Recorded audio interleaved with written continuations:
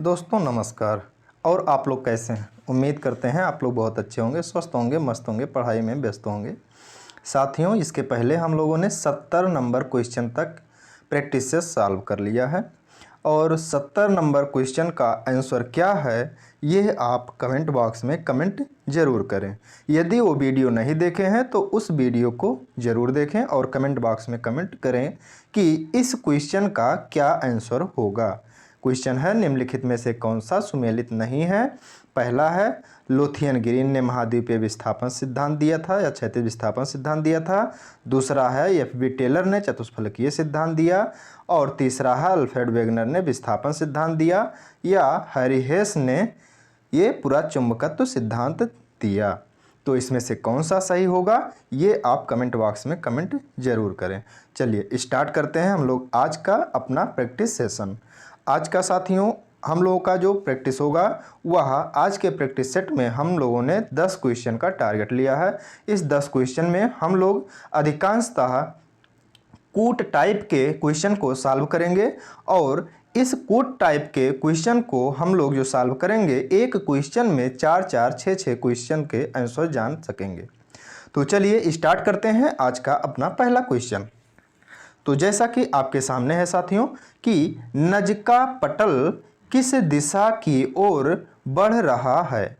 तो नजका पटल जो साथियों है यह अगर आप देखेंगे मैप में तो नजका पटल जो बढ़ रहा है वह अपने पूरब दिशा में बढ़ रहा है। किस दिशा में?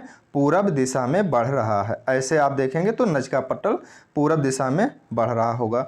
आगे अगर बात करें हम लोग कि निम्नलिखित में से कौन भारतीय प्लेट का भाग नहीं है, तो इसमें आप देखिएगा ऑस्ट्रेलिया दिया गया है, बोर्नियो दिया गया है, सऊदी अरब दिया गया है, श्रीलंका दिया गया है। तो साथियों आपको ये पता होगा कि जो ये आपका अरब प्रायद्वीप है, अरब प्रायद्वीप है, यह एक अलग ही उपमहाद्वीप जैसा कि आप जानते हैं अफ्रीका महाद्वीप से कट करके बना हुआ है।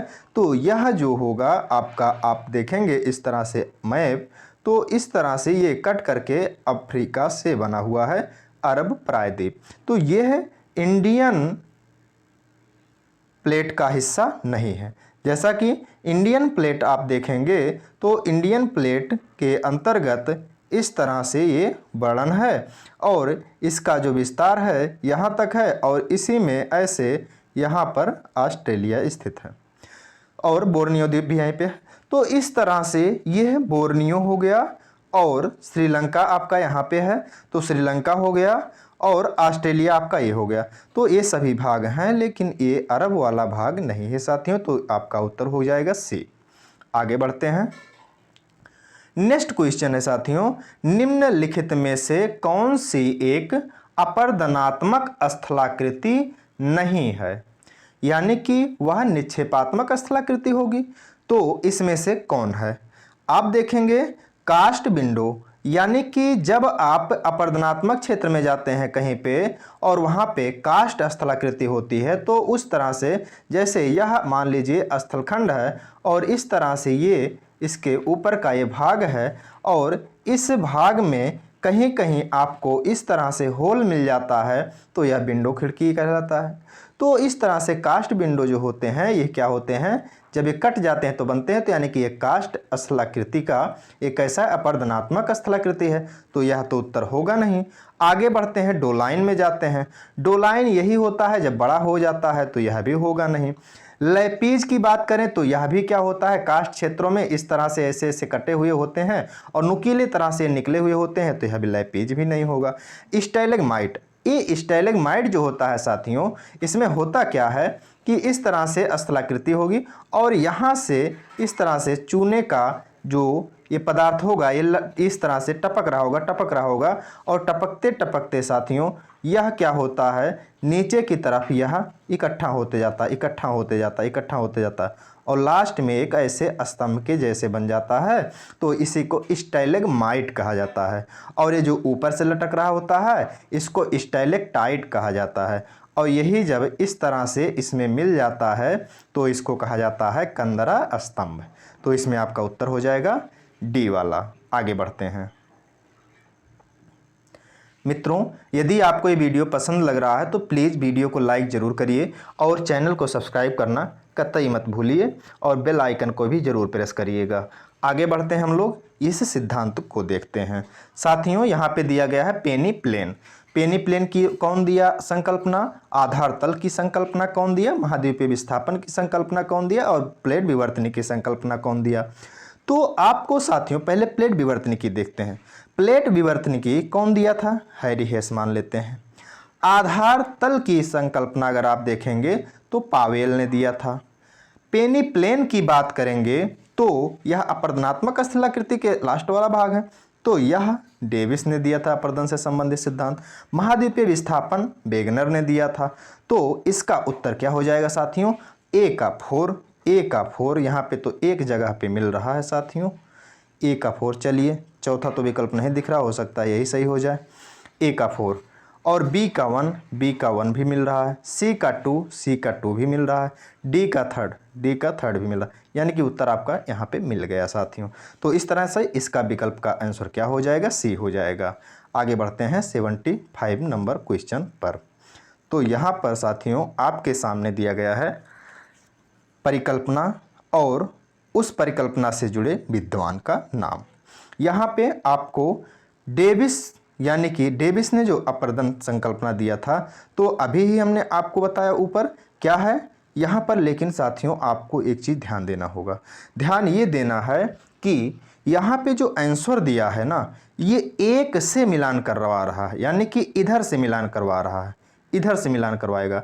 या आप अभी इधर से मिलान करके देखेंगे तो आपको यह उत्तर गलत मिलेगा, यह उत्तर गलत मिलेगा। इसलिए जब कभी भी साथियों एग्जामिनेशन हॉल में आपको एक की तरफ से इधर की तरफ से मिलान करवाना शुरू कर दे, तो आप इस चीज़ को जरूर इसको माइंड में रखिए कि यह इधर से तो नहीं ये मिलान करवा रहा है, अगर उत्तर आपका ना मिल रहा हो तो इस तरह से आइए हम लोग मिलान करके देखते हैं।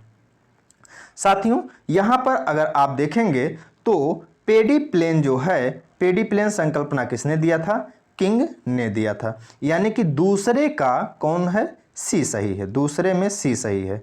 यानी कि आपका ये वाला ए वाला ये तीन के तीनों वैसे ही कट गए।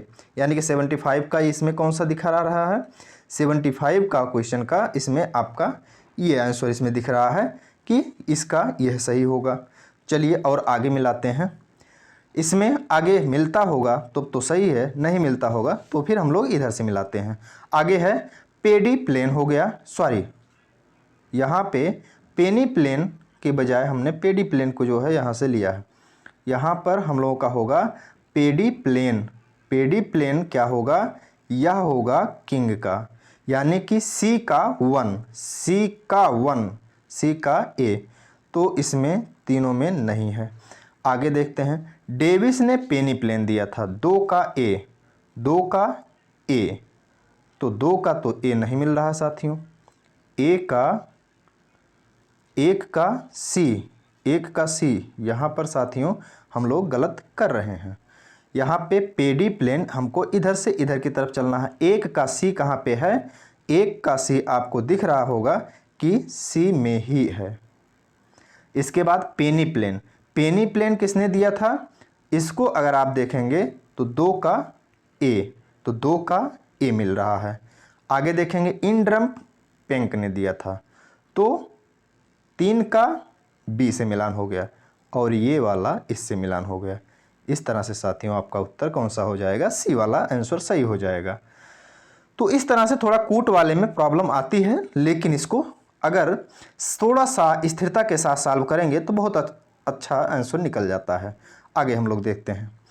नेक्स्ट है ड्रमलिन और अंधी घाटी, यारडंग और गोखुर झील, यानी कि स्थलाकृतियों को दिया है और उसको निर्माण करने वाले कारकों को दिया है, जैसे कि चूना पत्थर में, पवन में, या नदियों में, या हिमालयी क्षेत्रों में। यह किसके द्वारा निर्मित किया जाता है? तो यहाँ से यहाँ आप देख रहे हैं साफ साफ कि ABCD से मिलान करवाया है। तो हम लोग देख लेते हैं ड्रमलिन। ड्रमलिन साथियों आपको पता होगा कि हिमानी क्षेत्रों में होता है, यानी कि ए का कौन सा हो जाएगा 4 हो जाएगा। चलिए इनको तीनों को काट देते हैं, आगे भी मिलान करते हैं। अंधी घाटी आपको पता होगा कि काष्ठ स्थलाकृति है, तो बी का 1 हो जाएगा, बी का 1 भी मिल गया। यार डंग आपको पता होगा पवन से होती है, यानी कि सी का 2 हो जाएगा, सी का 2 भी मिल गया। गोखुर झील तो आपको पता ही है कि नदियों द्वारा बनाया जाता है, तो सी हो गया, तो इसका आपका उत्तर हो जाएगा बी वाला। आगे बढ़ते हैं। आगे आपका क्वेश्चन नेक्स्ट जो है वह है 77 और इसमें कह रहा सामान्य दशाओं के अंतर्गत निम्नलिखित में से कौन सा एक नदी क्रिया के द्वारा उत्पन्न लक्षणों का सही क्रमिक विकास है। अच्छा, ये साथियों कह क्या रहे हैं कि नदी जब यहाँ से निकलती है ना और लास्ट में इस तरह से डेल्टा बना करके गिर जाती है, तो इस तरह से जब यहाँ से निकलती है निकल करके ये यहाँ तक जब पहुँचती है तो इसके रास्ते में जो क्रम मिलता है उस क्रम को पहले के क्रम में और आखिरी के क्रम में लगाइए। तो पहले कौन सा मिलता होगा साथियों, यहाँ पे हम लोग पढ़ लेते हैं कौन कौन सा दिया है। इसमें इन्होंने दिया है जलप्रपात, विसर्प रोधिका, नदी वेदिका और गोखुर झीलें। तो गोखुर झीलें तो लास्ट में होती नहीं साथियों, जहाँ जहाँ पर गोखुर झील लास्ट में हो उसको काट दीजिए। इसमें तो सब में है गोखुर झीलें। अच्छा, डेल्टा तो इसमें इन्होंने शामिल ही नहीं किया है। चलिए इसको डेल्टा इन्होंने शामिल नहीं किया है, तो हम लोग पहले स्टार्टिंग से मिलाते हैं, जो इधर की तरफ जाएगा वो मिल जाएगा हम लोगों को। जलप्रपात होता है पहले मिलेगा, या जलप्रपात यहाँ पे पहले मिलेगा, बात सही है। विसर्प रोधिका पहले मिलेगा या जलप्रपात इसमें है, इसमें भी है और इसमें कह रहा है कि पहले विसर्प रोधिका मिलेगा, तो ये गलत हो गया। जलप्रपात इसमें भी दिया है पहले, तो चलिए ये सही हो गया।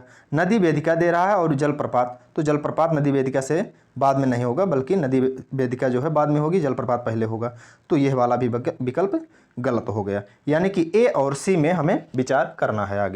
आगे हम लोग देखते हैं नेक्स्ट जो होगा, आगे का विचार करें जो, तो विसर्प रोधिका और नदी वेदिका। तो साथियों विसर्पण का कार्य जो करती है मैदानी भागों में आती है, और नदी वेदिका का जो निर्माण करती है यह ऊंचाई वाले भागों में करती है, यानी कि जब यह युवावस्था में होती है। तो युवावस्था की ये नदी है वेदिका का ये स्थलाकृत रूप। तो आपका यहाँ पर विसर्पण रोधिका इधर होगी और यह आकर के इधर होगा, तो यहाँ पर नदी वेदिका इसमें यहाँ पे मिल रहा है, यानी कि आपका उत्तर जो होगा साथियों कौन सा होगा, सी वाला उत्तर हो जाएगा। आगे बढ़ते हैं। ड्राई कांटर किससे संबंधित है, तो काष्ठ स्थलाकृति से, हिमानी स्थलाकृति से, शुष्क स्थलाकृति से, तटीय स्थलाकृति से।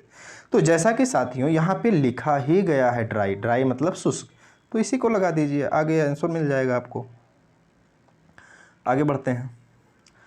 भूपर्पटी के निर्माण में सिलिकॉन की मात्रा निम्नलिखित प्रतिशतों में से कौन सी है।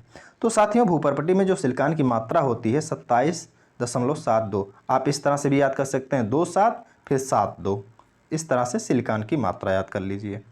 आगे बढ़ते हैं हम लोग 80 नंबर क्वेश्चन पर। तो 80 नंबर क्वेश्चन में हम लोग जो बढ़ते हैं, इसमें दिया गया है ऊंचाई और इसमें गैस का मात्रा दिया गया है कि किस ऊंचाई तक कौन सी गैस की मात्रा मिलती है। यहाँ पर ध्यान दीजिएगा साथियों, इस तरह के प्रश्न जब भी आए एग्जामिनेशन हॉल में, आप ऊंचाई के क्रम में घटते या बढ़ते क्रम में बैठाना हो, तो इसमें आप ये देखिए कि कौन सी इसमें गैस भारी है कौन सी हल्की। जो भारी हो उसको नीचे की तरफ बैठाने की कोशिश करिए, और जो हल्की हो उसको ज़्यादा से ज़्यादा ऊपर की तरफ ले जाने की कोशिश करिए। अब इन सभी चारों विकल्पों में नाइट्रोजन, ऑक्सीजन, हीलियम और हाइड्रोजन में आपको सबसे भारी कौन सी दिख रही है, जाहिर सी बात है नाइट्रोजन होगा। तो जब नाइट्रोजन सबसे भारी है तो यहाँ पर पहला विकल्प कौन सा हो जाएगा, यहाँ पर नाइट्रोजन जो होगा पहले है, तो यहाँ पे ए का कौन सा हो जाएगा, यहाँ 100 से 200 किलोमीटर, यानी 100 से नीचे तो कोई और मिल नहीं रहा, तो ए का थर्ड हो जाएगा, यानी कि ए विकल्प और यह विकल्प दोनों कट गए, आपके पास बच रहे हैं दो विकल्प। अब इसमें आप बताइए तीनों में कौन भारी होगा तो जाहिर सी बात है हीलियम और हाइड्रोजन ये हल्की गैसें होती हैं अपेक्षाकृत ऑक्सीजन के, तो ऑक्सीजन होगा भारी। तो ऑक्सीजन जो होगा ये 100 से 200 किलोमीटर, और 200 से आगे जो अगर आप बढ़ेंगे तो यहाँ पर 1100, 200 से 1100, यानी कि बी का 1 यहाँ पे नहीं है, यहाँ पे है। तो आगे मिलान कर लेते हैं और भी मिल रहा है कि नहीं मिल रहा है। सी हीलियम और हाइड्रोजन में अगर आप देखेंगे तो हाइड्रोजन सबसे हल्की, तो इस तरह से यहाँ पर हीलियम को हम लोग देखते हैं। हीलियम कहाँ पे होगा, हीलियम आपका आ जाएगा 4th पे। तो इस तरह से साथियों आपका जो उत्तर हो जाएगा हीलियम का ये, और हाइड्रोजन जो होगा यह आपका यहाँ पर नहीं आएगा। यहाँ पे आपका हाइड्रोजन जो जाएगा वह इससे ऊपर जाएगा। 3500 सबसे हल्की है ना, तो हाइड्रोजन सबसे हल्की है तो ये 3500 से भी ऊपर जाएगा। और यह हीलियम है, हीलियम भारी होती है तो 1100 से 3500 तक जाएगा, यानी कि सी का 2 हो जाएगा। सी का 2 हो गया, इसका 4 हो गया। तो इस तरह से साथियों आपको यह सेशन कैसा लगा कमेंट बॉक्स में कमेंट जरूर करिएगा, और मिलते हैं नेक्स्ट वीडियो में। तब तक के लिए मित्रों आप हंसते रहें, मुस्कुराते रहें, मेहनत से पढ़ते रहें, यही हमारी आपसे उम्मीद और आपसे इच्छा है, और ईश्वर से ही कामना है कि आप स्वस्थ रहें, हमेशा मस्त रहें और हमेशा अपने पढ़ाई में व्यस्त रहें।